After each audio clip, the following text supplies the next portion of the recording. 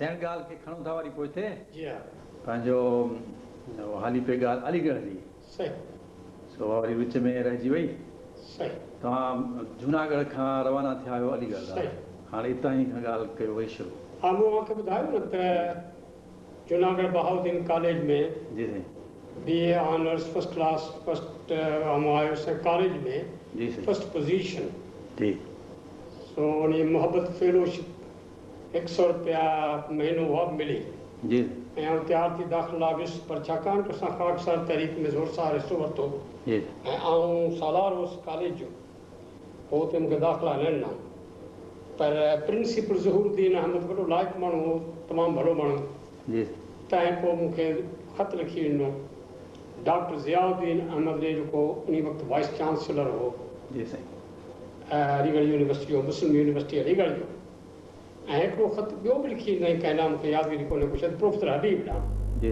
उहो हिस्ट्री जो प्रोफेसर हो उन वक़्तु head of the department professor Mohammad Habib जी पोइ बहरहाल जेकी कुझु के पैसा हुआ के बसि भाड़े जेतिरा मस हुआ वञी पहुतुसि अलीगढ़ जी उते के दोस्त हुआ जिन खे मूंखे सुञाणंदो हुउसि त सिंध जा हुआ तन जे रहम करम ते मिड़ई कुझु वक़्तु जो मूं काटियो उते मूंखे आफ्ताब हॉस्टल में जाइ ॾिनऊं जुदा ॾिठऊं थी तमामु सुठियूं मार्कूं आहिनि त वरी सिंगल रूम ॾींदा हुआ सिंगल रूम मिली वई जी पर पोइ तमामु बुख ॾुख जी शुरू थिया जो पैसो हुजे कोन पोइ मूं सोचियो त हाणे छा करियां सो हिकिड़ो मूं ख़त लिखियो ज़ोरदार सुठे नमूने सां असांजे नौशहरे में असांजे पढ़ंदा हुआसीं यानी पीर कुर्बान अली साहिबु वकील हो पोइ district local board Nawab Shah जो हू चेयरमैन थी वियो उन खे मूं ख़त लिखियो त मूं नौशहर मदरसे मां मूं पास कई आहे मैट्रिक पोइ हाणे बि हाणे करे हिते अची पहुतो आहियां पर हाणे हिते कुझु कोन्हे को वरी तकलीफ़ में आहियां तूं मदद करता हूं MA ऐं LLB पढ़ा हुन नंबर मूंखे 30 रुपया महीनो स्कॉलरशिप मंज़ूर करे ॾिनी जंहिंसां तमामु वॾो फ़ाइदो थियो यानी मुंहिंजो जेको उते जो ख़र्चु हो सो निकिरी थी आयो अलीगढ़ यूनिवर्सिटी जो क़ाइदो सभु कंहिंखे मेस में मानी खाइणी आहे पोइ ॿिया वञी पंहिंजा बंदोबस्तु करे पर लाज़मी थो गॾिजी वेही समूरनि सां 12 रुपया महीनो वठंदो आहे ऐं पोइ उहो फ़क़ति एतिरो मेस हूंदो ॿियो हूंदी फी कुझु का ॿिया कपिड़नि जो थोरो घणो ख़र्चु को सॼो पर मुंहिंजे लाइ तमामु सवलाई थी वई पोइ मूं दाख़िला वरिती अरेबिक डिपार्टमेंट में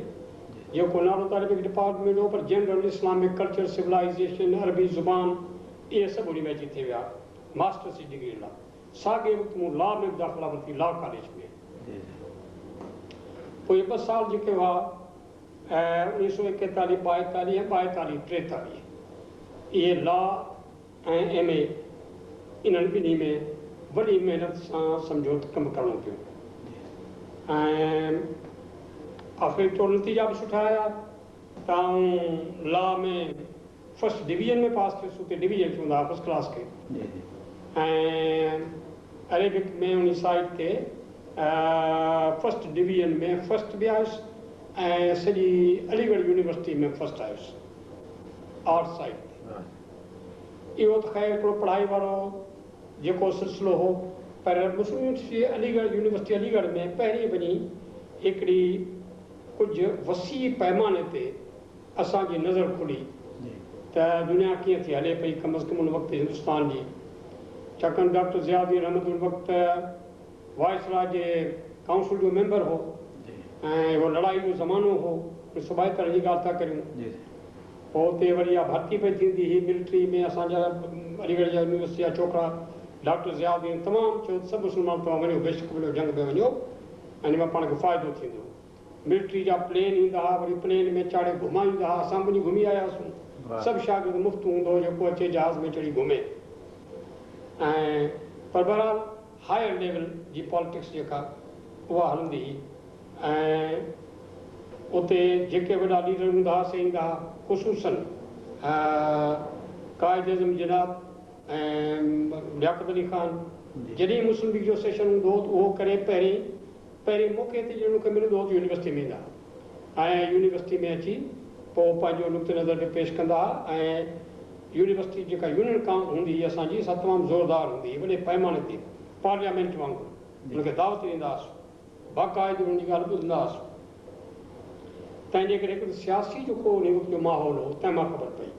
खाक साहिब तहरीक में बि आउं अलीगढ़ यूनिवर्सिटी में अञा खाक साहिब जेको सिलसिलो हो तंहिं ते मूंखे वधीक एतपात ही तरीक़ो आहे असांखे हिमत जो, मर्दानगी जो, मिलिट्री ट्रेनिंग जो। तंहिं करे आउं नेठि वञी सॼी मुस्लिम यूनिवर्सिटी जो थियो सालार, सॼी यूनिवर्सिटी जो। उन मां ख़ैर हाणे हिकिड़ो त महिनत करणी थिए पई, ॿिया सभु, पर इहा थी त अंग्रेज़नि जा जासूस मुंहिंजे पोयां लॻी विया। सम्झे ॾांहुं वञा त को माण्हू वञे मुंहिंजे पुठियां हुजे। पोइ मूंखे अहिड़ो तंग अची थियुसि जो हर ॻाल्हि में पोइ मूं मां हिकिड़े खे सॾु कयो हिकिड़े ॾींहुं। हुनजी मूंखे अञा बि शिकिल यादि आहे, जे नमूने सां हलंदो हो वीचारो। पोइ मुंहिंजो ॻाल्हि तोखां सची पुछां, तूं सची ॻाल्हि कंदे त आउं तोसां साथ ॾींदुसि। मुंहिंजो तूं इंटेलिजेंस जो माण्हू आहीं? चए हा आहे। मुंहिंजो तूं मूंखे कवर थो करीं? चए हा। मुंहिंजो हाणे ॻाल्हि ॿुध, तूं रिपोर्ट लिखंदे, अॼु रिपोर्ट तुंहिंजी जेका हूंदी ठीकु ठाकु वेंदी, तूं बि तुंहिंजो क़दुरु कंदा, ऐं तूं का रिपोर्ट तुंहिंजी ग़लती थी त पोइ क़दुरु केरु कंदा। तूं मूंखां पुछंदे, आउं बि थी त जवाबु ॾिस लिखंदे, तुंहिंजो क़दुरु कोन थींदो। हाणे तोसां आउं वाइदो थो करियां त तूं तकलीफ़ न कर मुंहिंजे पोयां घुमण जी। तूं जेको वक़्तु मुक़ररु करी, जेके ॾींहं मुक़ररु करी मूंसां अची मिल, जेकी पुछंदे सॼी ख़बर तोखे ॿुधाईंदुसि। चवण असांखे लिकाइण जी का ॻाल्हि ई कान हुई। पोइ वञी पुछंदो हो खाक साहिब त हा खाक साहिब जो आउं सालार आहियां, हिते बाक़ाइदे परेड हले पई, को माण्हू ईंदो, मुंहिंजो हा असांजो सालार फलाणो ईंदो फलाणे वक़्तु। वरी पुछे यूनिवर्सिटी जूं ॻाल्हियूं त यूनियन काउंसिल जी कास, मुंहिंजो हा आउं आहियां हुनजो मेंबर आहियां, पर अहिड़ी का ॻाल्हि ई कान हुई जो ख़ामख़्वाह लिकाइजे। हा लिकाइजे। त इहे बि हिकिड़ा सम्झो तजुर्बा थिया। पोइ ॿिए तरफ़ वरी एकेडमिक जेको पढ़ाई ऐं जेको इल्मी माहौल हो सो निहायत आला। हिकिड़ी वॾी ख़ूबी अलीगढ़ यूनिवर्सिटी जी इहा हुई त छोकिरा अलीगढ़ यूनिवर्सिटी जा शागिर्द निहायत ज़ोरावर हुआ। यानी त गवर्नमेंट जी परवाह केरु कंदा हुआ। गवर्नमेंट त खैर वॾी ॻाल्हि आहे, पर बहरहाल कंहिंजी परवाह केरु कंदा। असां दिल्ली वेंदा हुआसीं, आगरे वेंदा हुआसीं, टिकट केरु वठंदा हुआसीं, असांखे वठणु खपंदो हो। पर रवाज हिकिड़ो थी वियो, कारी शेरवानी पाए, टोपी पाए, ऐं जेकर माण्हू गाॾीअ में चढ़ियो त कंहिं टीटी खे इख़्तियार कोन हो जो को पुछे अची टिकट ठही या न थिए। सम्झो त इन तरीक़े। पर बावजूदि इन जे क्लास में जॾहिं छोकिरा ईंदा हुआ तॾहिं उस्ताद जो एॾो अदब कंदा हुआ जो पिन ड्रॉप साइलेंस हूंदी। ऐं हिते असां DJ सिंध कॉलेज में कराची में पढ़ियासीं, ऐं वरी जूनागढ़ में वियासीं, पर DJ सिंध कॉलेज जी मूंखे यादगिरी आहे हिते त यानी उस्ताद जेको प्रोफेसर ईंदो हो त असां जुठ हिकिड़ी हूंदी, प्रोफेसर पलधीकर हूंदो हो, असांखे पढ़ाईंदो हो मैथमेटिक्स। हिन में इंटर में हिते मूं पहिरीं इंटर साइंस कई हिते। पलधीकर मराठो वीचारो पढ़ाईंदो हो ऐं पटको ॿधी ईंदो हो पंहिंजे उन रंग जो हिते DJ सिंध कॉलेज में। ऐं ही असांजा हिंदू छोकिरा ख़ासि तरह सां आना खणी ईंदा हुआ, जो पोइ पोयां ज़ोरदार आना हणंदा हुआ, जेको बोर्ड खे लॻंदो, आनो पिसंदो, हुन वीचारे मुंहं खे लॻंदो, हुनजे कपिड़नि खे लॻंदो। अहिड़े तरीक़े सां सम्झो त इन ऐं सॼो गोड़ गमसान हूंदो, ॿुधण में कुझु न ईंदो, ॿुधी कोन सघंदा हुआसीं। पर पहिरीं दफ़ो असां अलीगढ़ में वियासीं जो क्लास में वञी चुप चुपात हिकिड़ी पिन ड्रॉप साइलेंस मजाल जेको छोकिरो ॻाल्हाए, निहायत फज़ीलत सां वञणु वेहणु, निहायत फज़ीलत सां निकिरणु, जेसि ताईं उस्ताद बीठो हूंदो। उनजो हिकिड़ी मिसाल मरहूम ख़ुदा उनखे सलामत रखे अब्दुलसलाम नालो हुओसि। लॉ साइड ते असांखे उहो पढ़ाईंदो हो। मुंहिंजे कम लॉ ऑफ कॉन्ट्रैक्ट पढ़ाईंदो हो या छा, नालो अब्दुलसलाम हुओसि। बहरहाल उन वीचारे खे अंग्रेज़ी हुनजी तमामु हिकिड़ी सम्झो त ईअं कोन चवंदुसि रांग, पर अहिड़ी सुठी कान हुई। आहिस्ते ॻाल्हाईंदो, छिकछिकां कंदो, सम्झाए न सघंदो हो। पर उहो जेके 40-45 मिंट पर मजाल जो को छोकिरो बिड़क ॿाहिरि कढे, चुपचाप लॻी पई हुई। हिकिड़ी थी आहे ॻाल्हि। ॿिए तरफ़ जेकर के उस्ताद अलीगढ़ जा हूंदा जेके मयार खां घटि हुआ, त ॿिया वरी उहे हुआ जेके दुनिया जी शोहरत रखंदा हुआ। हाणे मिसाल अरेबिक डिपार्टमेंट जो हेड हो उस्ताद अब्दुल अज़ीज़ अल मैमनी, प्रोफेसर उस्ताद अब्दुल अज़ीज़ अल मैमनी, जेको सॼे अरब दुनिया में सम्झो तूं मशहूरु मारूफ़ माण्हू हो। न फ़क़्तु एतिरो पर ओरिएंटलिस्ट हुआ, तन में मशहूरु मारूफ़ माण्हू हो। तूं पंहिंजे वक़्त जो अरेबिक शाइरी पोइट्री तंहिंजो वॾे में वॾो ॼाणू माण्हू हो। दीवाननि जा दीवान उनखे यादि हुआ। अजब इंसान हो हिकिड़ो। हुन जूं कम अज़ कम 10-20 उनजा किताब इजिप्शियन गवर्नमेंट छपाया वॾे पैमाने जे हाई लेवल ते। प्रोफेसर मोहम्मद हबीब हो त तारीख़ में हिस्ट्री डिपार्टमेंट जो प्रोफेसर हो। तंहिंजी वॾी इज़त हूंदी तमामु घणी। अहिड़े तरीक़े सां हैदर ख़ान हो जेको इकनॉमिक डिपार्टमेंट जो सम्झो प्रोफेसर हो, उहो तमामु वॾे पाए जो। तंहिंखां पोइ मिर्ज़ा हूंदो हो जेको ज़ूलॉजी जो हूंदो हो ऐं डिपार्टमेंट में, उहो वॾे पाए जो। डॉक्टर रफ़ीक अहमद ख़ान हूंदो हो बॉटनी डिपार्टमेंट जो हेड हूंदो हो, त वॾे पाए जो। इहे माण्हू अञा ताईं असांखे नाला यादि बीठा आहिनि, छाकाणि त पंहिंजे वक़्त में तमामु वॾे पाए जा उते आलिम हो। अहिड़ी तरह सां जोग्राफी जो प्रोफेसर जेको हो या ॿिया इंग्लिश जो मिस्टर फेल्डन हो, अंग्रेज़ हो जेको सम्झो हेड हो डिपार्टमेंट जो। त जेका एकेडमिक एटमॉस्फेयर, जेका तइलीमी मेयार, पोइ जेको पढ़े जेको न पढ़े तंहिं ते मेयार कान बि तो निहायत आला पैमाने जो। तंहिंखां पोइ कॉन्फ्रेंसूं थींदियूं हुयूं, ऑल इंडिया हिस्ट्री कॉन्फ्रेंस, उहा उते थी अलीगढ़ यूनिवर्सिटी में। तो उहे माण्हुनि सां असांखे मिलण जा मौक़ा मिलंदा हुआ। अहिड़े तरीक़े सां जूनागढ़ जो नवाब तंहिं 2 लख 3 लख रुपया तिबिया कॉलेज ते ठहियो मुस्लिम यूनिवर्सिटी अलीगढ़ में, तंहिंजे लाइ ॾियारे मोकिलिया त पंहिंजो वज़ीर आज़म मोकिलियाईं, त उन खणी पैसा सम्झो त अलीगढ़ यूनिवर्सिटी में हिते असांखे अची ॾे। ऐं उहो जेको हो सो हो असांजे शिकारपुर जो जेको वज़ीर आज़म हो उन वक़्त ते, ऐं उहो आयो असां सां अची मिलियो। असांखे पाण डॉक्टर ज़ियाउद्दीन मूंखे चयो त सभु सिंधी छोकिरा गॾु कर, तूं जो तारीफ़ करा ऐं तूं हुनखे दावत ॾे चांहि जी। ऐं कोन ॾींदुसि सिंधी छोकिरा, तूं तव्हांजे पारां तव्हांजे एसोसिएशन जे पारां हुनखे दावत ॾियो ऐं हुनखे ट्रीट कयो। इन वॾे पैमाने ते सम्झो त ॻाल्हियूं थींदियूं हुयूं। नालो ज़ीना छा जी नालो छा? हा, हुनखे यादि करियो, नालो छा हो? नालो त मूंखे यादि ईंदो बि हो, पर हाणे अल्लामा इनायतुल्लाह मशरिक़ी जेको ख़ाकसर तहरीक जो क़ाइद, उहो सम्झो त आयो हुते। उन चयो त आउं यूनिवर्सिटी में ईंदुसि ऐं उते अची एड्रेस कंदुसि। असां सभु इंतज़ाम कया, ऐं सालार अला हो सॼी यूनिवर्सिटी जो। त डॉक्टर ज़ियाउद्दीन वाइस चांसलर मूंखे घुरायो, मूंखे चई जीअं वार जो ज़मानो आहे, अंग्रेज़नि जे तरफ़ां केॾा सारा समझौता आहिनि, शक शुबात ही हू, तव्हां महिरबानी करियो मुंहिंजे पारां ऐं तव्हां मूंखे चवे पियो तव्हां यानी तव्हां ख़ुदि यानी सालार आहियो, इहा मदद करियो। अलामा साहिब खे तव्हां चओ वञी त महिरबानी करे यूनिवर्सिटी में न अचे, तव्हां भले हुते वञो इंस्टिट्यूट करियो।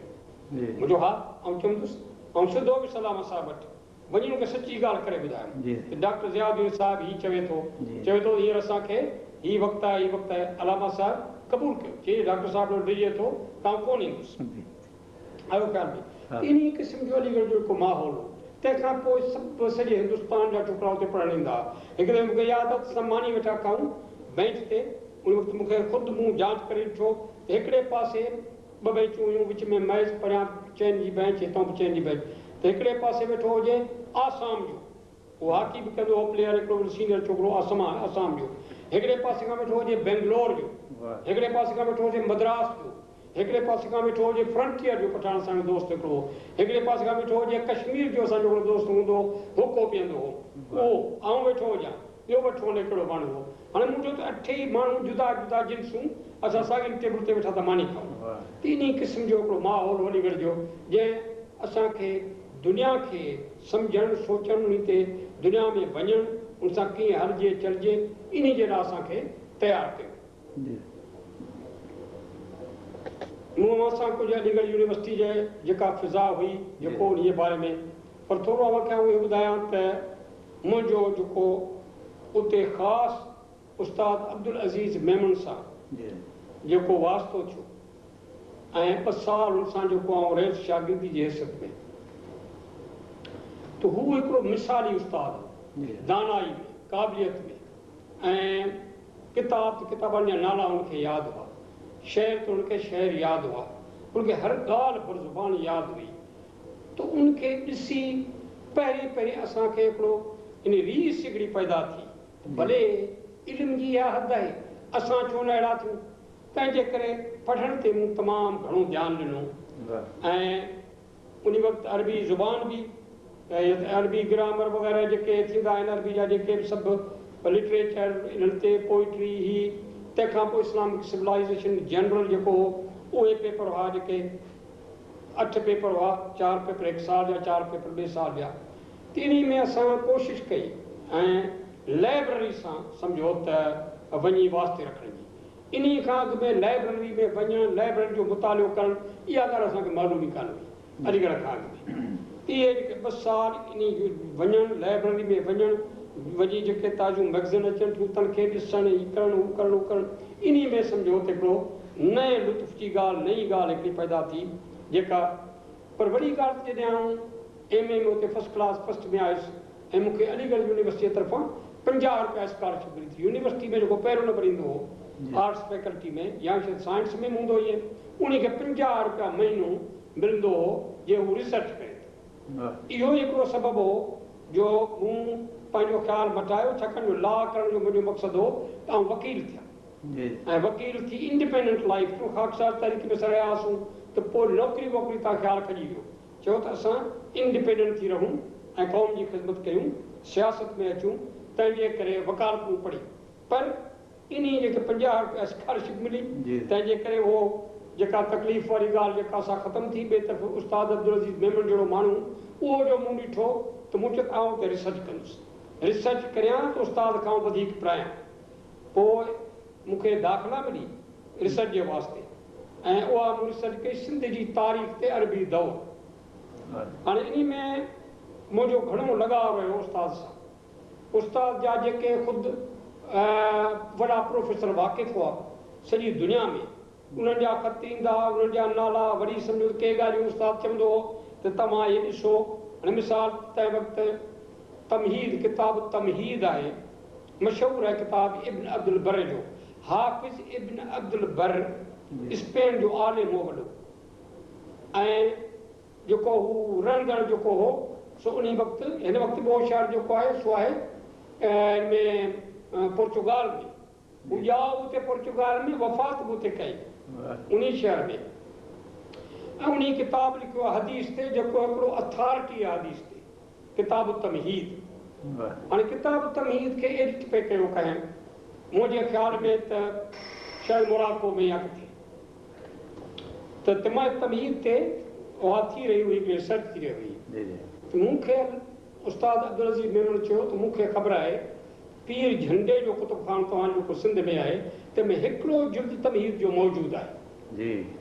हाणे तव्हां वेकेशन में वेंदो तव्हां महिरबानी करे उनजो इंट्रोडक्शन आहे उनजो मुहावे जेको आहे सो नकुल करे अचिजो ऐं उन जिल्द जी मूंखे ॿुधाइजो त कहिड़ी सूरत में आहे तव्हां इहो ऐं उनजो फ़ोटो वठी उन्हनि खे मोकिलियां जो हुननि मूंखे लिखियो आहे।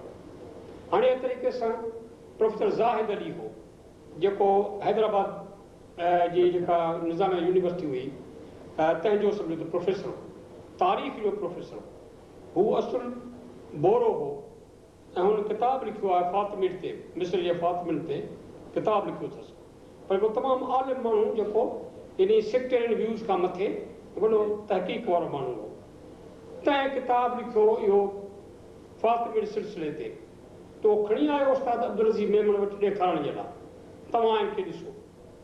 उस्ताद उन लेवल ते यानी हाणे आउं रिसर्च पे मूं कई पर आउं ते सभु पढ़ंदो हुउसि ॻाल्हियूं सॼो सम्झो त इस्लामिक हिस्ट्री जेका सॼो मूं ॾिठी त मथां किथां मूंखे सिंध जे बारे में का ख़बर पइजी वञे सो उस्ताद खे ख़बर हुई त मूंखे सभु ॻाल्हियूं बर्फ़ ज़ुबानी यादि आहिनि उन वक़्तु हुयूं बि यादि हुआ कई त हाणे हेॾो प्रोफेसर ज़ाहिद अली आयो हीअ किताब खणी उस्ताद वटि उस्ताद त किताब वठी रखियो पोइ शाम जो मूंखे चई हीअ किताब जी तूं ॾिस हीअ किताब ॾिसी पोइ मूंखे ॿुधाए छा कहिड़ी ॻाल्हि आहे हीअ आहे हूअ यानी इन तरीक़े सां शाम जो उस्ताद साहिबु मूंखे हमेशह चवंदो हो त अच त गॾिजी घुमणु हलंदासीं पोइ शाम जो विची नमाज़ खां पोइ उस्ताद अब्दुल सां गॾिजी उत्तर तरफ़ हिकिड़ो क़िलो हूंदो हो फिटल उस ताईं असां रस्तो वठी वेंदा हुआसीं तंहिंमें सॼी गुफ़्तगू जेका निकिरंदी हुई सा अरबी लिटरेचर ते अॼु 3-4 सदी जा जेके आलिम उन वक़्त जा किताब उन्हनि जूं के ख़ूबियूं उन्हनि जूं ख़ुशूसियतूं ग्रामर जा किताब ॿोली ते सम्झो त लिंग्विस्टिक्स जा किताब सम्झो उन में एॾी हिकिड़ी वॾी गुफ़्तगू थींदी हुई जंहिंजी पर आउं वरी कोशिशि कंदो हुउसि त उस्ताद खां जेकी ॿुधां सो वरी घर अची लिखी बि छॾींदो हुउसि इख़्तिसार एतिरो हूंदो यादि मूंखे हूंदो हो त पहिरीं शुरू किथां कयोसीं पोइ किथां थी किथे पहुतासीं कुझु न कुझु मूं नोट वरिता अञा बि मूं वटि नोट आहिनि उन जो अधु या मुनो खनि ऐं छपाए बि चुको आहियां तो आला हिकिड़ा सम्झो त आहिनि ॻाल्हियूं जेके उस्ताद जे ज़ुबानी असां ॿुधियूं जेके उहे दुनिया में कंहिंखे मालूम बि कयनि के उस्ताद हमेशह चवंदो हो त पंहिंजे सफ़र जेको वियो सॼी अरब दुनिया में जिते किथे वियो ऐं उते उन्हनि जे आलमनि सां मिलियो वञी त उते ॿुधाईंदो जेके ख़ासि ॻाल्हियूं त मां हिकिड़ी ॻाल्हि कुतुबखाननि जी पोइ चवंदो त बलोच साहिब मैंने कुतुबखाने जो तुर्की में देखे वो शानदार है। और एक बात मैं बताऊंगा आपको कि तुर्की थे कि उन्होंने एक वर्का भी अपनी किताब का इन मगरबियों को नहीं दिया, और हर जगह से वो चीज़ें उठा उठा के ले गए, पैसों से, चोरी से, लेकिन तुर्कों ने उनको एक वर्का भी नहीं दिया। उन्हीं वक्त यासूस हुई ख़ास इन उस्ताद जो को चवण त पोइ तुर्की जा जेके कुतुबखाना हुआ तन मां के तंहिंजा नाला वठंदो, फातिह कुतुबखानो, फलाणो कुतुबखानो, ही त पोइ मूंखे बि यादि थी वेंदा त उस्ताद हीउ नालो वरितो, हीउ नालो वरितो। उन में जेके बि किताब हूंदा उस्ताद खे त बर्ज़बान यादि हूंदा त जेके हिंदुस्तान जे बारे में जेके ॿिया किताब अहिड़ा के ख़ासो ख़ासि त पोइ नाला ॿुधाईंदो, तूं फलाणो कुतुबखाने में हीउ किताब आहे, हू नुस्ख़ो सुठो आहे, हू हीअ आहे, हीअ ॻाल्हि आहे, इहे सभु ॻाल्हियूं हलंदियूं हुयूं। त उन मां हिकिड़ो जज़्बो जाॻियो त आउं छो न वञी उहो कुतुबखाना ॾिसां, ऐं आउं छो न उन लेवल ते, इन हिकिड़ो ॿारहाणी ॻाल्हि पर हिकिड़ी सम्झो उस्ताद जी हिकिड़ी सम्झो तरबियत, उन जे करे इहे ख़्याल पैदा थिया। उस्ताद जी एॾी शफ़क़त जो बनारस में थी ऑल इंडिया हूंदी, ऑल इंडिया ओरिएंटल कॉन्फ्रेंस, त मूंखे चयईं त जे तव्हां हलो जे त स्टूडेंट जे पारां बेशक मूंसां गॾु ई हलो। मूं चयो 4 आहिनि, मुंहिंजा 3 ॿिया साथी आहिनि, 4 हलंदासीं। चई ठीकु आहे, 4 ई हलो। चई नी इहो बंदोबस्तु था करियो। त पोइ मूं ॿियो हिकिड़ो हूंदो भट्टी साहिब सम्झो यार हूंदो, उन खे मूं कयो। कादिर बख़्श लाड़े कोमर ऐं पोइ डिप्टी कलेक्टर थियो, उन खे मूं कयो। तंहिंखां पोइ असांजो फुल पोटो में ग़ुलाम क़ादिर नालो हुउसि, ख़ैरपुर जो आहे, अञा ताईं ज़िंदा सलामत आहे। कहिड़ा ग़ुलाम क़ादिर अब्बासी आहे, छा फुल पोटो कोन्हे, त उन खे खयूं। 4 ई ॼणा असीं, 3 हुआ। असांखे उस्ताद बनारस वठी वियो, ओरिएंटल कॉन्फ्रेंस में डेलीगेट करे वठी वियो। पोइ हुते 10 रुपया असां दाख़िला जा ॾिना, कुझु एॾो ॾिनो, पर हुनजी शफ़क़त जेका सा वरी एॾी हुई जो अहिड़े नमूने सां असांखे। पर जॾहिं आउं थीसिस लिखण वारो थियुसि, अची वेठुसि, त मूं चयो उस्ताद महिरबानी करे जेका तव्हां राज़ी थियो त मूं जेका अलीगढ़ यूनिवर्सिटी जी लाइब्रेरी, तंहिंमें जेके बि किताब अरबी अंग्रेज़ी जेके मुंहिंजे मज़मून सां हुआसीं मूं ॾिसी छॾिया आहिनि। अहिड़े तरीक़े सां हिस्ट्री डिपार्टमेंट जो जेको आहे लाइब्रेरी आहे, उहा मूं ॾिसी छॾी आहे। इनायत करियो त महिरबानी करे मूंखे तव्हांजो पंहिंजो ज़ाती कुतुबखानो जे मूंखे इजाज़त ॾियो त आउं ॾिसां, बसि मुंहिंजी को दिलि आहे त ॾिसां हिकदमि पंहिंजो मुल्की। ऐं हालांकि उस्ताद अब्दुल अज़ीज़ जी ख़बर हुई, कई माण्हू हिकिड़ो किताब उनखां वठण बि मुश्किल हो। मूंखे चई त हाँ आपके लिए कुतुबखाना खुला हुआ है, आप बेशक सुबह से जाएं शाम तक जितना हो वो पढ़े बैठे। एॾी उनजी शफ़क़त हुई, छाकाणि जो उन खां अॻु में हिकिड़ी जाइ ते बीठा हुआसीं, सो ॾिण सां बयानु कंदे चयईं त मूं शागिर्द घणा ॾिठा आहिनि, पर ये बलोच साहब जो है वो 2 बातें हैं। एक तो किताबों का वाकई से वे पढ़ते भी हैं, सिर्फ बातें नहीं करते, और दूसरा ये कि मेरे पीछे साये की तरह लगे रहते हैं हमेशा। और का पहुँचाई तो मैंने देखा है, मैं हैरान रह गया कि लाइब्रेरी से, यानी अलीगढ़ यूनिवर्सिटी लाइब्रेरी से मैंने एक किताब निकाली, उस्ताद तो चले, मैंने किताब निकाली, मैंने पढ़ा, और आखिर में मैंने देखा कि लिखा हुआ है नबी बख्श सिंधी। और फिर एक दूसरी किताब पता नहीं कहा, वो मैंने अरबी की निकाली। ऐसे ही मैंने कहा कि देखा कि ये बलोच साहब ने देखी होगी शायद ये किताब भी, देखा कि उसके पीछे भी लिखा हुआ है नबी बख्श सिंधी। तो ये उनको बड़ा शक है।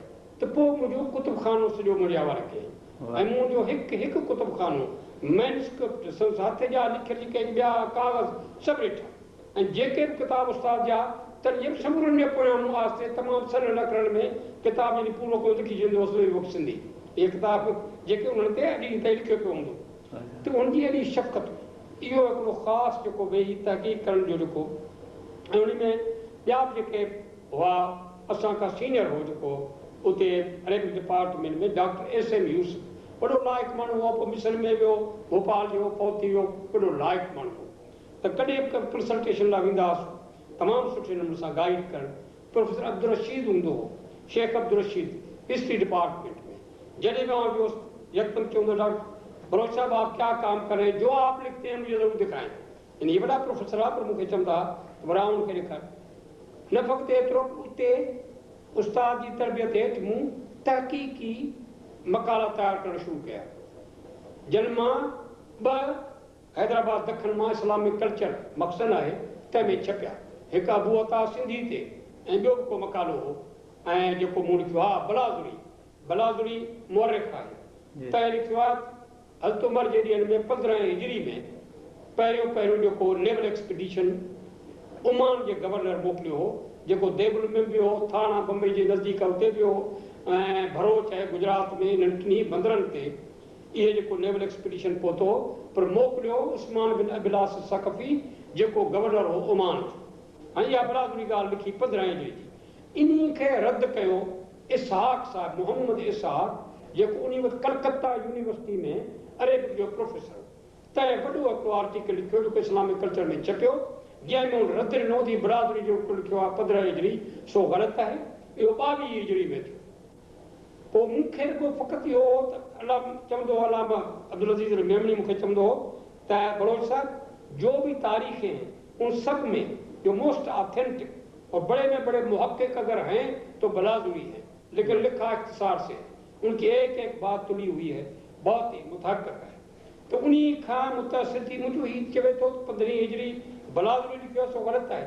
पोइ आउं 2 महीना इन ॻाल्हि जे पुठियां पइजी वियुसि त वाक़ई आउं तहक़ीक़ करियां त बलाजुरी जेके लिखियो आहे सो सचा या छा, उनजो सभु आर्गुमेंट, उनजे अलावा वरी काउंटर आर्गुमेंट, उन में जेके किताब दुनिया जा उन मूं पढ़िया ऐं पढ़ी पोइ मूं मज़मून लिखियो इसहाक साहिब जे इन मज़मून ते, जंहिंमें मूं सपोर्ट कयो त न बलाजुरी जेको लिखियो आहे सो ठीकु लिखियो आहे। ऐं पोइ उन जो जवाबु इसहाक साहिब कोन ॾिनो।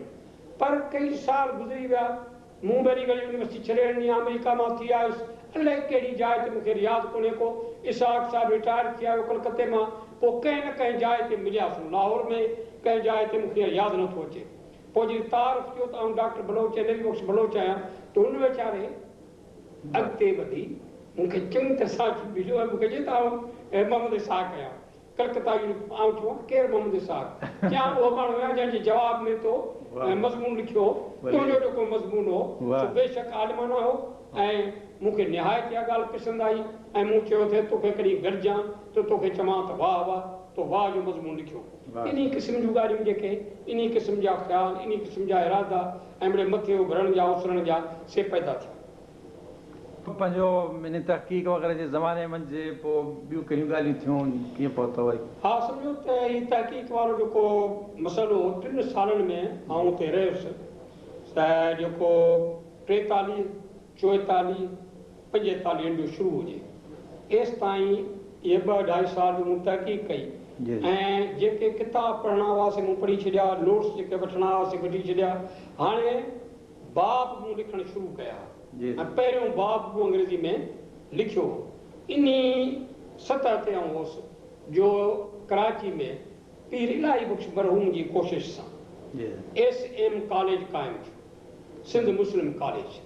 तंहिंमें असां जेके ॿिया दोस्त हुआ, जेके असांजा मुंहिंजा वाक़िफ़ हुआ, डॉक्टर अब्दुल हाले पोटो, ग़ुलाम मुस्तफ़ा शाह, ग़ुलाम नबी भंगर, इहे अॻु में हुननि इहो कॉलेज में जॉइन कयो लेक्चरर हुआ हुते, ऐं उतां कुझु ख़बरूं ईंदियूं, उतां शायदि हुननि चयो हुजे या छा कीअं, त मुंहिंजे लाइ त मूंखे बि हिकिड़ो पैगाम अची पहुतो, तूं हिते अची हिते लेक्चरर थी। पर मूं चयो त आउं हिते उस्ताद मेमन साहिब सां जेका तहक़ीक़ करे रहियो आहियां, या इन खां वधीक तूं हुते ॻाल्हाए कोन का, आउं छा जे लाइ अचां, वक़्तु गुज़रे पियो। पोइ शायदि कंहिं पीर इलाही बख़्श साहिब हिकिड़ो ख़त लिखियो डॉक्टर ज़ियाउद्दीन खे, वाइस चांसलर असांजे खे। पीर साहिब लिखियो त बलोच आहे, उते MA पास केसिस करे पियो, PA डॉक्टरी थो करे पियो, छा असांखे ज़रूरत आहे अरेबिक डिपार्टमेंट में, हुनखे महिरबानी करे तव्हां चओ त अची असां वटि। पोइ हाणे डॉक्टर मूंखे यादि नथी अचे त कहिड़े वक़्तु मूंखे डॉक्टर ज़ियाउद्दीन चयो या डॉक्टर ज़ियाउद्दीन साहिब मेमन साहिब खे चयो, तंहिंखे ॿुधायो हीअ ॻाल्हि थी आहे। पोइ इन तरीक़े सां पोइ जॾहिं मूं मेमन साहिब खां ॻाल्हि कई, पंहिंजो उस्ताद साहिब बलाणिया वञा होॾी, त मूंखे चई त मर्ज़ी तुंहिंजी, ऐं झलिया कोन थो, पर जंहिं तूं सतह ते आहीं, जंहिं नमूने सां कमु करे रहियो आहीं, इहो वरी ॻाल्हि तोखे हथु न ईंदी। ऐं हींअर तूं इहा थीसिस पंहिंजी पूरी करे वेंदे जेका लाजवाब हूंदी, पोइ इहा ॻाल्हि न थींदी, वरी का ख़्यालु मटबा विच में विचियूं पइजी वेंदियूं। मूं चयो उस्ताद खे त न वेकेशन में ईंदुसि, वेकेशन में हिते अची कमु कंदुसि, तव्हां मूंखे इजाज़त ॾियो। चई बसि तुंहिंजी दिलि आहे त पोइ भले भले वञ। पोइ आउं अची हिते सिंध मुस्लिम कॉलेज में लेक्चर थियुसि अरेबिक। हाणे साल खनि सम्झो त इन लेक्चरशिप में मुंहिंजो गुज़रियो हिते, ऐं वेकेशन जेका पहिरीं आई तंहिंमें आउं वाक़ई लिटरली वेकेशन जे पहिरें ॾींहं ते वञी अलीगढ़ पहुतुसि हुते, वरी वेकेशन हुते गुज़ारियूं वञी। इहो सम्झो त हाणे सिलसिलो असांजे कॉलेज शुरू थियो त हिकिड़ी स्कॉलरशिप जेके गवर्नमेंट ऑफ इंडिया तरफ़ां सिंध गवर्नमेंट जे तरफ़ां उन जो ऐलान थियो त विलाज जे पढ़ण जे वास्ते स्कॉलरशिपूं मिलंदियूं ऐं जेके दरख़्वास्त जेके करणी हुजे सो करे। गुलमोहन साहब आंदी खबर पंहिंजो कॉलेज में जॾहिं हो त स्कॉलरशिप जे लाइ अप्लाई कयो आहे, पोइ वरी अमेरिका जी स्कॉलरशिप तव्हांखे मिली, इहो पाण ज़िक्र ॿिए हंधि कयो आहे अॻ में। पोइ तव्हां जॾहिं अमेरिका में पहुतो त तव्हांजा साथी हुआ जेके हिंदुस्तान में तव्हां सां गॾिजी विया, तव्हां सां गॾु पंहिंजो हितां खाॿे पासे तव्हां आहियो पाण। पोइ साईं आहे मिस्टर फारूकी, मरहूम फारूकी, ऐं पोइ वरी सॼे पासे आहे कुरैशी, पोइ डॉक्टर थियो डॉक्टर कुरैशी। फारूकी साहब हुते वफ़ात करे वियो। असां टई हितां बम्बई मां साॻे जहाज़ पाणी वारे में चढ़िया हुआसीं 1946 में 15 अगस्त ते, ऐं सेप्टेंबर में उते पहुतासीं ऐं उते वञी दाख़िला वरितीसीं। वरी 47 में 1 साल खां पोइ असां टिनी यानी MA पास कई एजुकेशन में। ही असां फोटो कढायो, छाकाणि टई दोस्त हुआसीं, गॾिजी फोटो कढायोसीं जो असां MA एजुकेशन में कामयाबी सां पास कयो। फारूकी साहब ऐं कुरैशी साहब ॿई हैदराबाद दक्कन जा हुआ। पोइ फारूकी साहब ऐं कुरैशी साहब केॾां विया, हुनजो छा थियो? साईं फारूकी साहब वीचारे साहब निहायत अफ़सोस आहे, उन वीचारे जी कुझु अहिड़ी दिलि शिकस्ती थी पई जेको विच में आहे, विच में जेको आहे, छाकाणि जो कोलंबिया यूनिवर्सिटी तमामु हिकिड़ी वॾी यूनिवर्सिटी ऐं उते मिड़ई ज़रा कुझु ॾुखियाई बि हुई। पोइ उते वरी जेको PhD जे वास्ते वॾा हिकिड़ा स्टेप्स रखियलु आहे, मेट्रिकुलेशन कॉम्प्रिहेंसिव कई इम्तिहान हुआ। उहे उनखे इम्तिहान पास करण ते हलण हिन जे लाइ ॾुखियो थी पियो। पोइ उन गम में हिन वीचारे ख़ुदकुशी करे छॾी। ऐं पोइ उनखे दफ़नायो कफ़नायो, मूं सॼो इंतज़ाम हुनजो मूं कयो फारूकी जो। कुरैशी साहब जेको हो सो MA करण खां पोइ कोलंबिया यूनिवर्सिटी छॾे वियो। पोइ वञी उते उन इथाका में जेका यूनिवर्सिटी आहे कार्नेल यूनिवर्सिटी शायदि, उन में वञी सम्झो त वरिती दाख़िला वरिती। कार्नेल यूनिवर्सिटी न ॿी यूनिवर्सिटी इथाका में हुई, उते वञी उन दाख़िला वरिती। ऐं हू तमामु थोरो वक़्तु ॾींदा हुआ प्रोफेसर, तमामु वॾी समझदारी सां उन वक़्त मां फ़ाइदो वठिबो। महीने में 1 दफ़ो मस्क अपॉइंटमेंट मिलंदी पंहिंजे गाइड सां, पोइ हे माण्हू खे तकिड़ो हलणो पवंदो हो।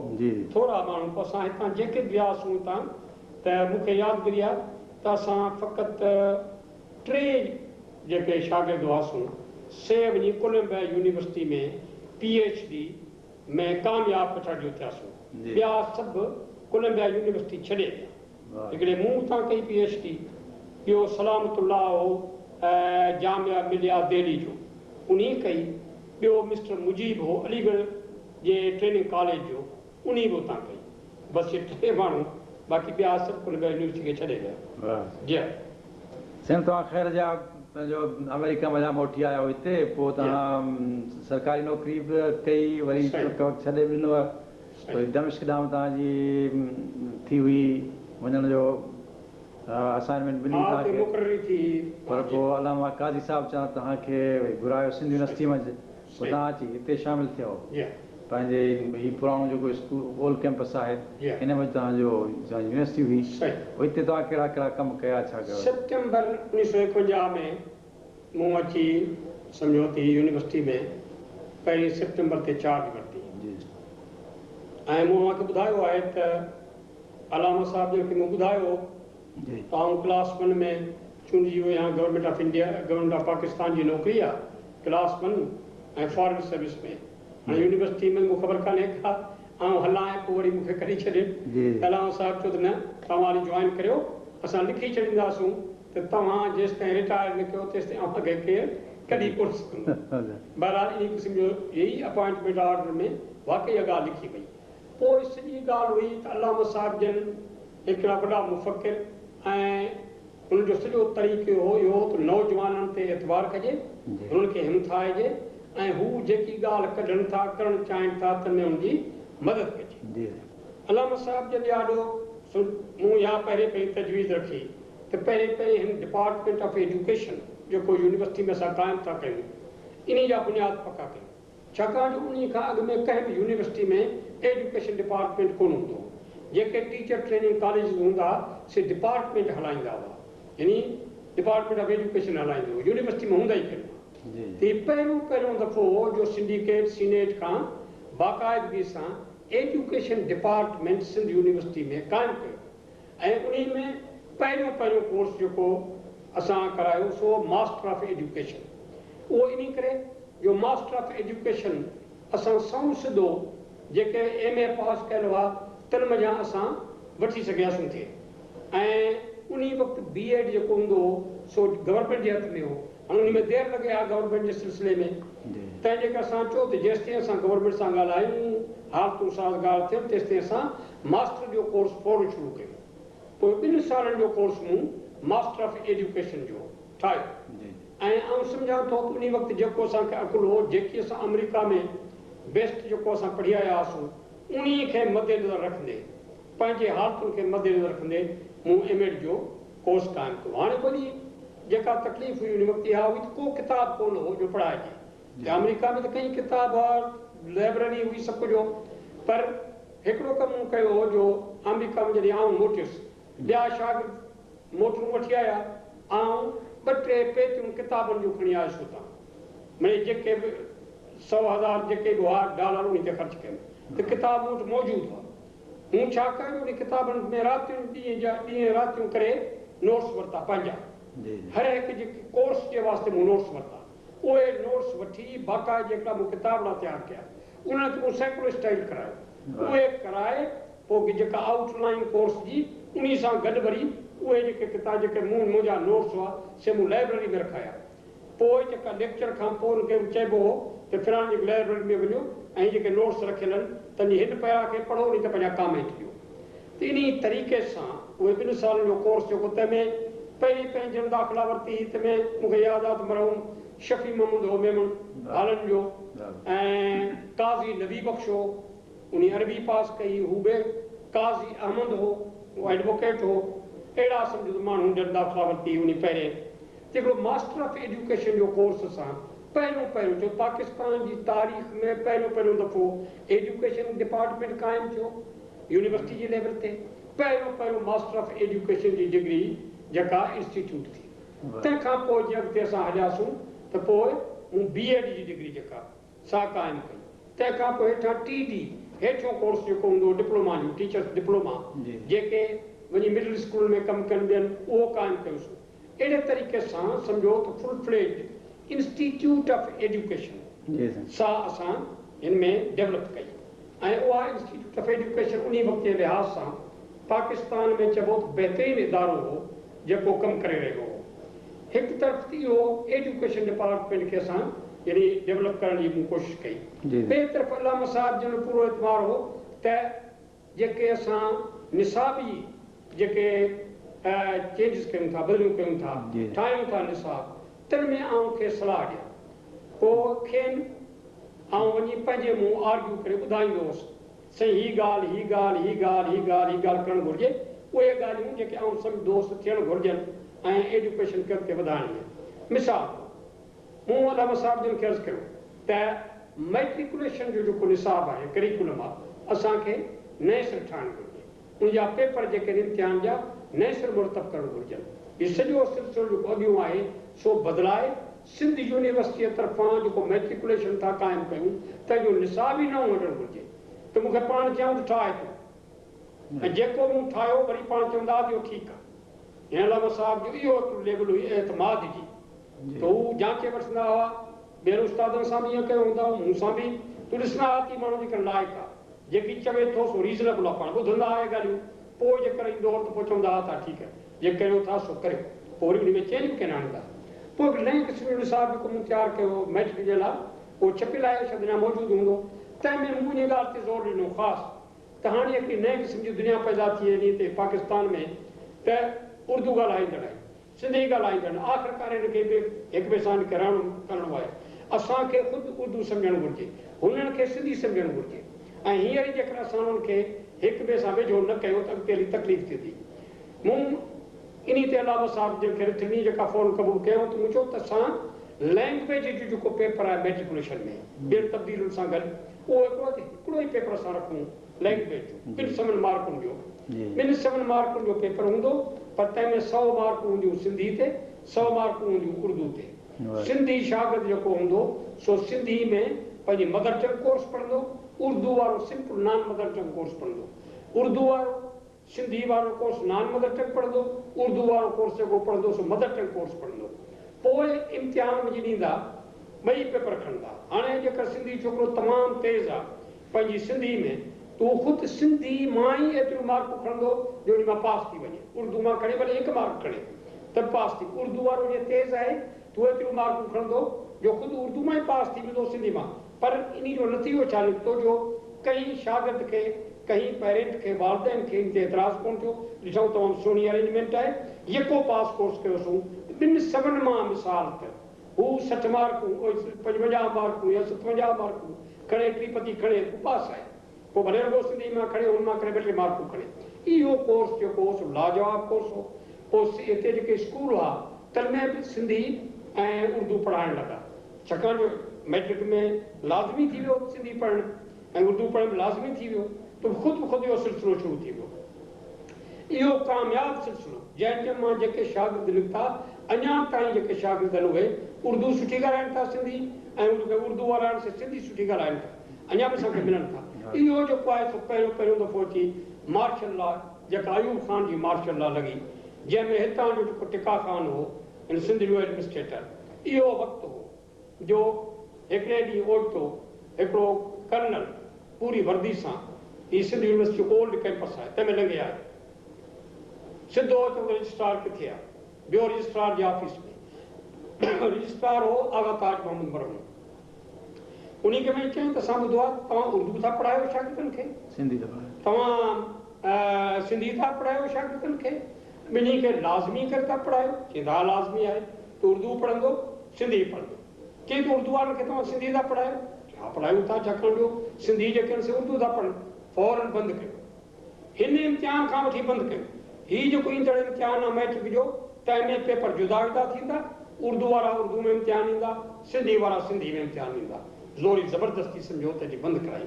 इहो ॾींहुं असांजे तइलीमी तारीख़ में, न फ़क़ति सिंध जी तइलीमी तारीख़ में पर पाकिस्तान जी तइलीमी तारीख़ में हिकिड़ो मनहूस ॾींहुं हो जो अलामा साहिब जहिड़े अॻुवान जे समझौते सहारे हेठि असां इहो कोर्स मुरतब कयो, जंहिंखे अची टोड़ियो। हिकिड़ी इहा ॻाल्हि वॾी।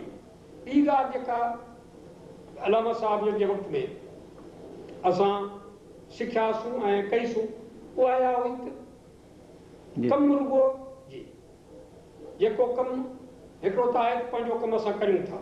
इन तइलीम खाते जो तइलीम जी सॼी सिलसिलो जेको तंहिंजो आऊं डायरेक्टर प्रोफेसर आहियां कयां थो, पर मूं अलामा साहिब जन खे चयोसीं वधीक कमु थी सघे थो, सिंधी में असांखे कमु करणु घुरिजे, सिंधी डिपार्टमेंट खे क़ाइमु करणु घुरिजे।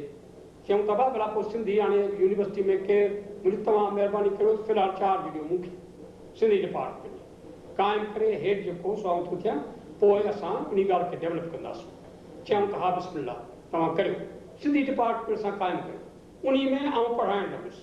तंहिंखां पोइ पहिरियां जेके टीचर हुआ मूंखे जेतिरी यादगिरी पवे थी त अली नवाज़ साहिबु जतोई, तंहिंखां वठी आयुसि। तंहिंखां पोइ ॿिए लेवल ते हींअर डॉक्टर अलाना आहे त मिस्टर अलाना हो, तंहिंखां वठी आयुसि ऐं सिंधी खे अची शुरू कयोसीं।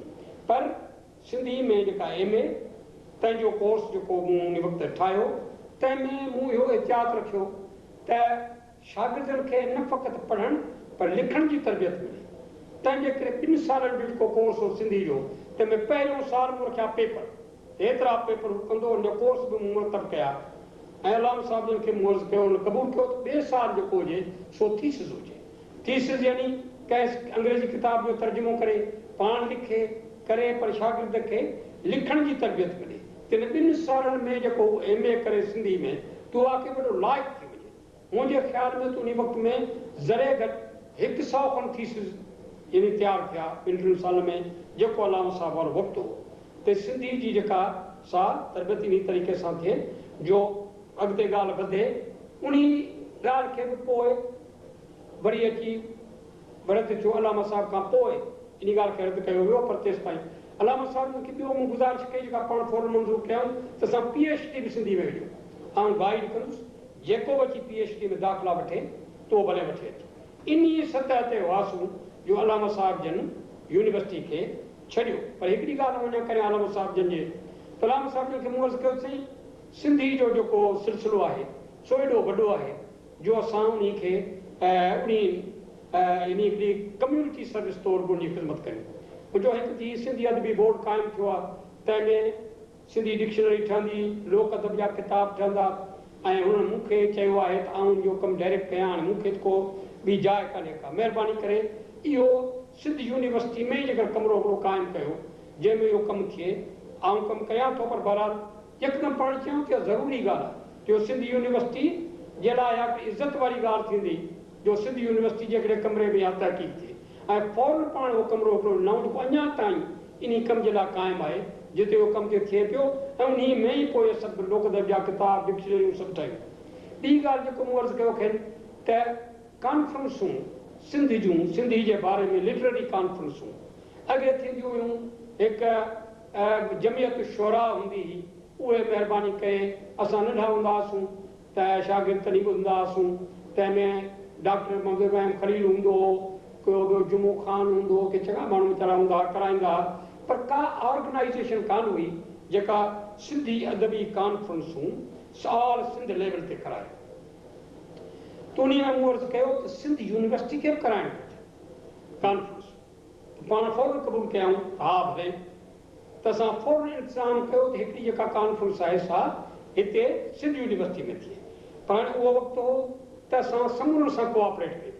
उन वक़्त जा जेके माण्हू हुआ ॿिया सिंध यूनिवर्सिटी खां ॿाहिरि, जिन सां थोरी मुंहिंजी रहबत हुई ऐं जिन में कुझु न कुझु चाह हो, यानी कमु करण जो या कमु, त उन मां हिकिड़ो मख़तूम मोहम्मद ज़मान साहिब कारबन मौला हालन जो, हू नौजवान माण्हू हो ऐं मूंसां मुंहिंजी हुन सां साण सॻ में वाक़फ़ियत हुई ऐं अमेरिका मां बि ख़तो किताबत हुई।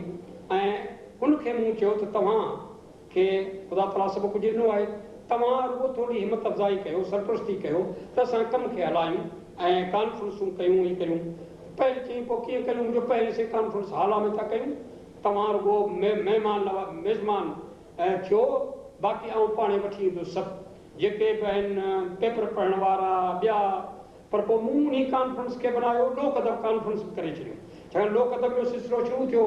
सो जेके बि असांजा सुगड़ हुआ, जेके मूंखे सुझंदा हुआ, तन सभिनीनि खे मूं दावत ॾिनी, बाबा सिंधी ते मकाला हिकिड़े पासे थींदा, पर लोक अदब जी हिकिड़ी कचहरी थींदी।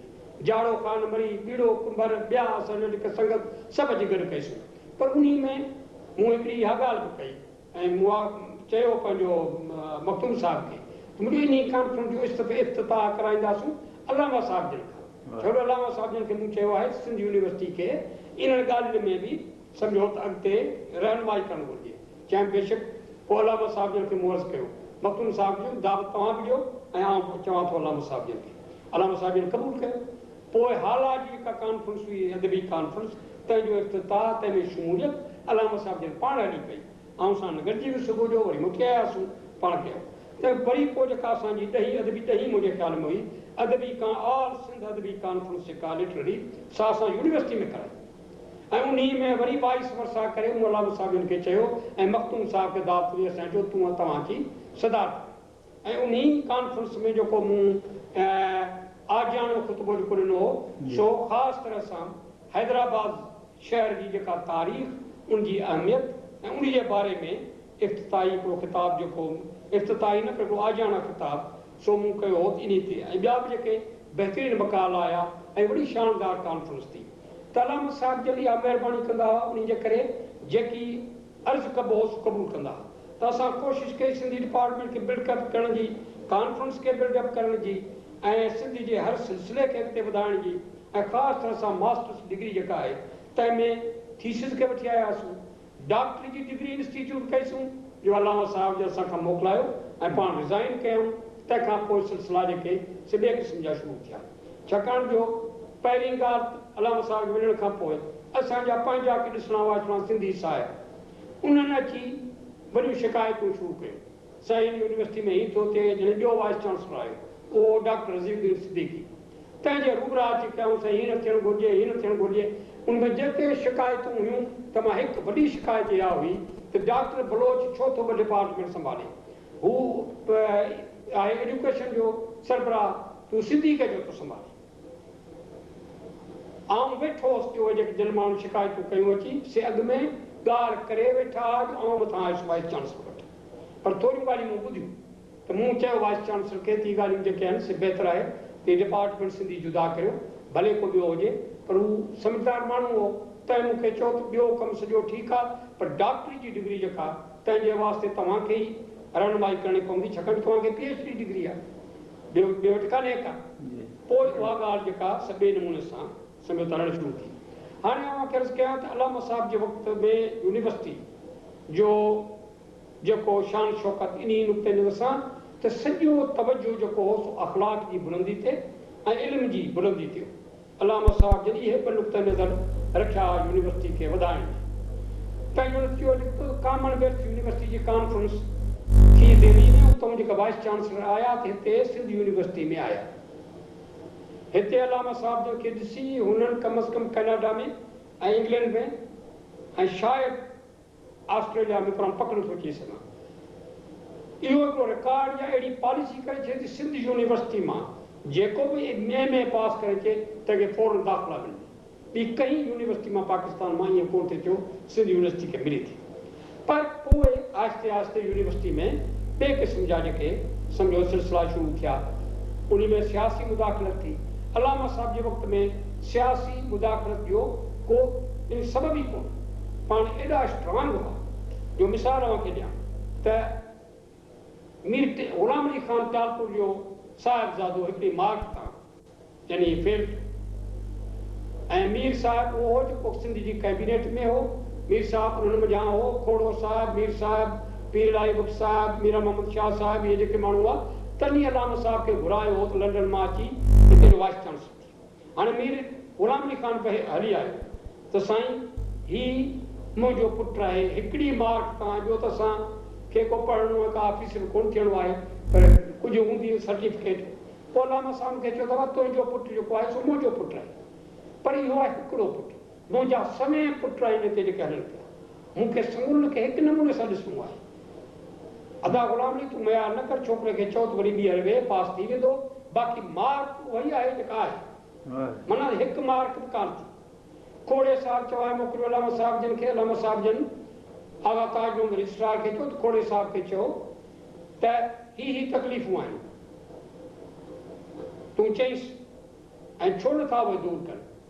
त हिते मुंहिंजे रूबरा आगा ताज मोहम्मद चयो अलामा साहिब खे, साईं खोड़े साहिब खे मूं चयो, खोड़े साहिब चयो त हाज़ुर सभु कुझु कंदासूं, अलामा साहिब जन खे चयो त महिरबानी करे कराची अचनि, इहे ॻाल्हियूं वेही निभे।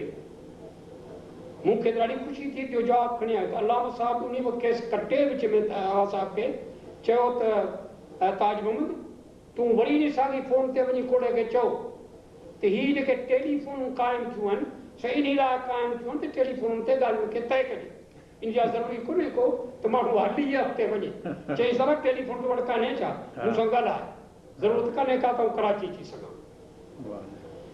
तंहिंखां पोइ अलामा साहिब जन खे उतां फेडरल मिनिस्ट्री वटां आयो त यूनेस्को में जेका वञे थो डेलीगेशन पाकिस्तान जो, तंहिंमें तव्हां बि वञो, तव्हां मेंबर आहियो। अलामा साहिब लिखी मोकिलियो त आउं आहियां वाइस चांसलर यूनिवर्सिटी जो, यूनिवर्सिटी जे वास्ते तव्हां पॉलिटिशियन मोकिलियो, ॿिया मोकिलियो, आउं इहे 15 ॾींहं वञी यूनिवर्सिटी जा ज़ाया कयां, इहो कोन थींदो, महिरबानी करे मूंखे माफ़ कयो।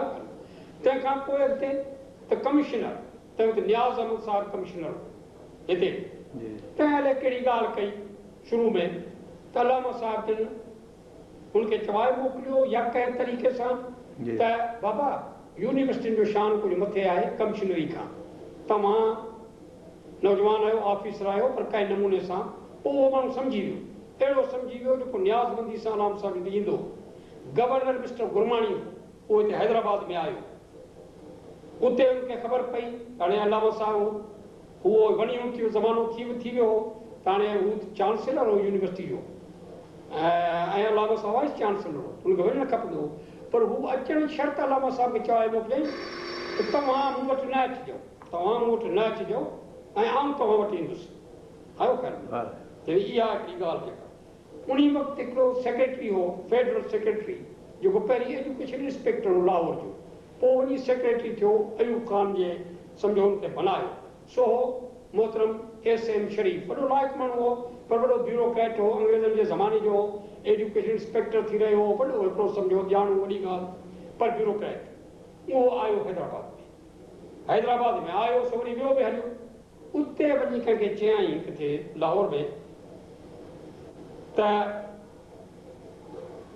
भाई हम तो गए थे हैदराबाद लेकिन वहाँ और तो खैर लेकिन वाइस चांसलर साहब में उनको इतनी तौफीक नहीं हुई जो आकर कम से कम मुझे मिले।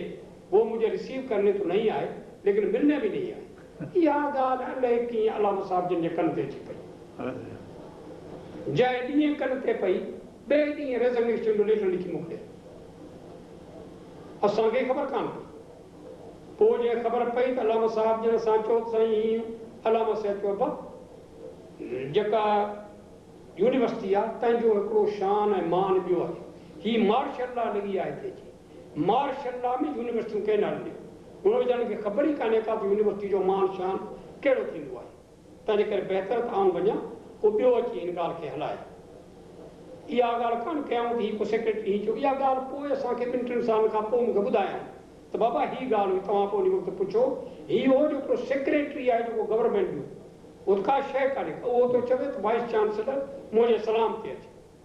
पोइ उहो यूनिवर्सिटी में अहिड़ो वाइस चांसलर जेको सेक्रेटरी जा सलाम कंदो सो अख़लाक जी उस्तवारी कीअं कंदो शागिर्दनि खे कीअं बुलंदियूं सेखारींदो। हाणे इहो हाल आहे।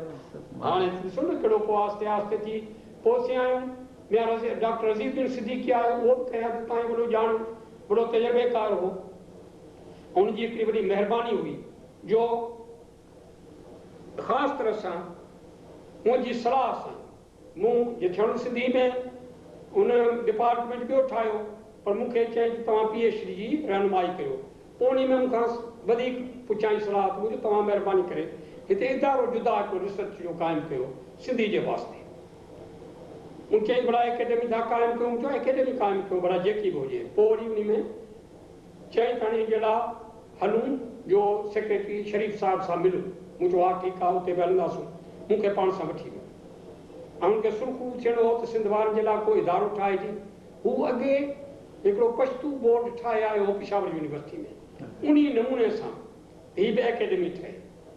पोइ आउं गॾिजी वियुसि मिस्टर शरीफ़ साहब जी मिलियासीं ऐं उते तंहिं वक़्तु लालाज़ार यानी पासे ऑफिसूं हूंदियूं हुन में पिंडी में उते वञी मिलियासीं।